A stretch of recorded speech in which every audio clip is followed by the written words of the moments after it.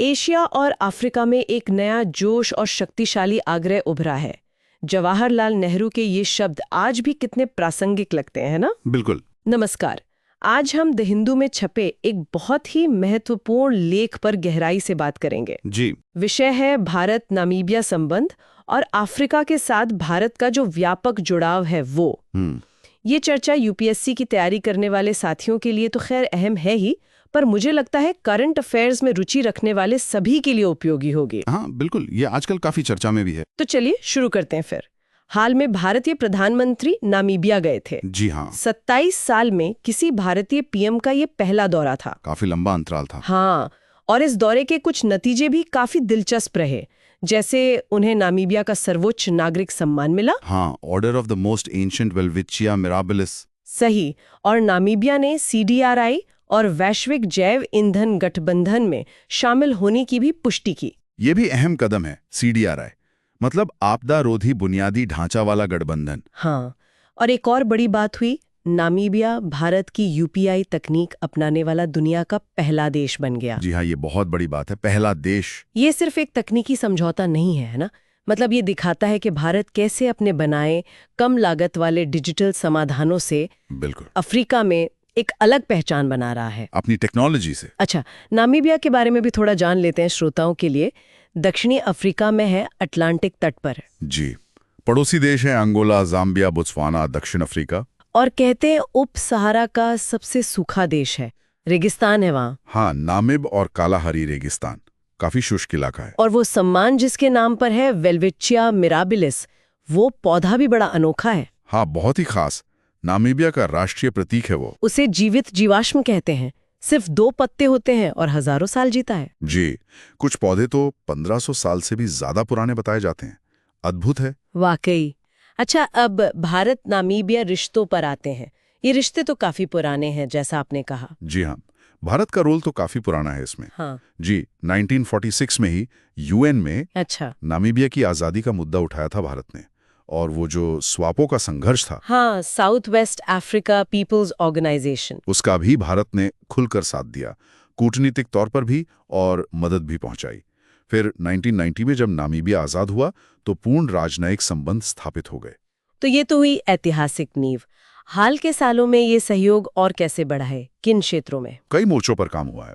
सबसे ज्यादा चर्चा में तो वो चीता ट्रांसलोकेशन प्रोजेक्ट रहा। हाँ, वो तो बहुत बड़ी खबर थी। दुनिया में अपनी तरह का पहला ऐसा बड़ा प्रयास था, एक बड़े मांसाहारी जीव को एक महाद्वीप से दूसरे में बसाना। सही। और इसके अलावा भारत का एक कार्यक्रम है, आईटेक, हाँ, Indian technical and economic corporation. जी, उसके तहत नामीबिया के लोगों को स्कॉलरशिप मिलती है। जी, डिफेंस ट्रेनिंग स्लॉट्स भी हैं। अच्छा। बल्कि 1996 से भारतीय वायुसेना नामीबिया की एयरफोर्स को ट्रेनिंग दे रही है। चेतक, चीता हेलीकॉप्टर भी दिए हमने। हाँ, और कोविड के समय भी मदद की थी। हाँ, कोविशील्ड वैक्सीन भेजी थी।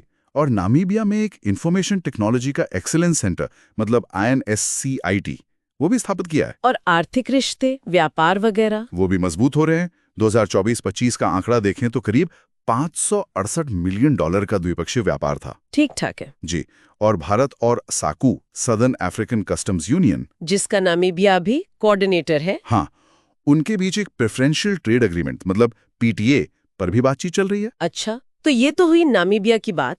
अब अगर इसे थोड़ा और बड़ा करके देखें, पूरे अफ्रीका महाद्वीप के साथ भारत के रिश्ते, ये इतने अहम क्यों है भारत के लिए? इसके कई बड़े कारण हैं। पहली बात तो भू राजनीति और समुद्री सुरक्षा। हिंद महासागर वाला एंगल। बिल्कुल। अफ्रीका की जो लोकेशन है हिंद महासागर में, वो भारत के व्यापारिक रास्तों के लिए बहुत जरूरी है। जैसे मॉरिशस में भारत का पहला विदेशी नेवल बेस बना है। हाँ, वो इसी का हिस्सा है। दूसरा, अफ्रीका की बढ़ती आर्थिक ताकत। व्यापार का आंकड़ा आपने सुना ही होगा, $98 बिलियन 2022-23 में। जी हाँ। और FCFTA जो African continental free trade area है, वो भारतीय कंपनियों के लिए बहुत बड़े अवसर खोल रहा है। और तीसरा जरूरी खनिज, क्रिटिकल मिनरल्स। जैसे कांगो से कोबाल्ट मिलता है, जो इलेक्ट्रिक गाड़ियों की बैटरी के लिए बहुत जरूरी है। और कूटनीतिक तौर पर? चौथा वही है, डिप्लोमेसी में बढ़त। अफ्रीकी संघ को G20 में स्थायी सदस्यता दिलाने में भारत की भूमिका एक मील का पत्थर थी। ये तो बड़ी कामयाबी थी। पांचवा, अफ्रीका एक अहम सहयोगी है। यूएन जैसे मंचों कर और चीन के बढ़ते प्रभाव को बैलेंस करने में भी। अच्छा। और छठा, वहाँ करीब 30 लाख भारतीय मूल के लोग हैं। एक बहुत बड़ा डायस्पोरा है जो एक मजबूत पुल का काम करता है। 30 लाख? तो ये सब तो मजबूत कारण है अफ्रीका के साथ जुड़ाव के। लेकिन जाहिर है सब कुछ आसान नहीं होगा। कुछ मुश्किलें, कुछ चुनौतियां भी तो होंगी। हाँ बिल्कुल है, चुनौतियां भी कम नहीं है। एक तो निवेश की रफ्तार धीमी है। हाँ, चीन और पश्चिमी देशों के मुकाबले भारत का निवेश अभी भी कम है, धीमा है। और दूसरी, भारतीय सामान की छवि को लेकर कभी कभी सवाल उठते हैं कुछ अफ्रीकी बाजारों में क्वालिटी को लेकर, जैसे वो 2022 में गाम्बिया में दूषित कफ सिरप वाला मामला हुआ था। हाँ, वो दुखद घटना थी। उससे छवि पर असर पड़ता है। तीसरी बात, भारत का फोकस पारंपरिक रूप से पूर्वी और दक्षिणी अफ्रीका पर ज्यादा रहा है, तो बाकी इलाके शायद उपेक्षित महसूस करते हो। हाँ, कहीं ना कहीं ये असंतुलन है। चौथी चुनौती है अफ्रीका के कुछ हिस्सों में सुरक्षा की स्थिति। अस्थिरता, तख्ता पलट, संघर्ष, ये सब निवेश और व्यापार के लिए ठीक नहीं है। सही बात है। और पांचवी, संसाधनों के लिए चीन से सीधी टक्कर है, कड़ी प्रतिस्पर्धा है। ये तो गंभीर चुनौतियां हैं। तो इनसे निपटने के लिए और अफ्रीका के साथ साझेदारी को और मजबूत करने के लिए भारत को आगे क्या करना चाहिए?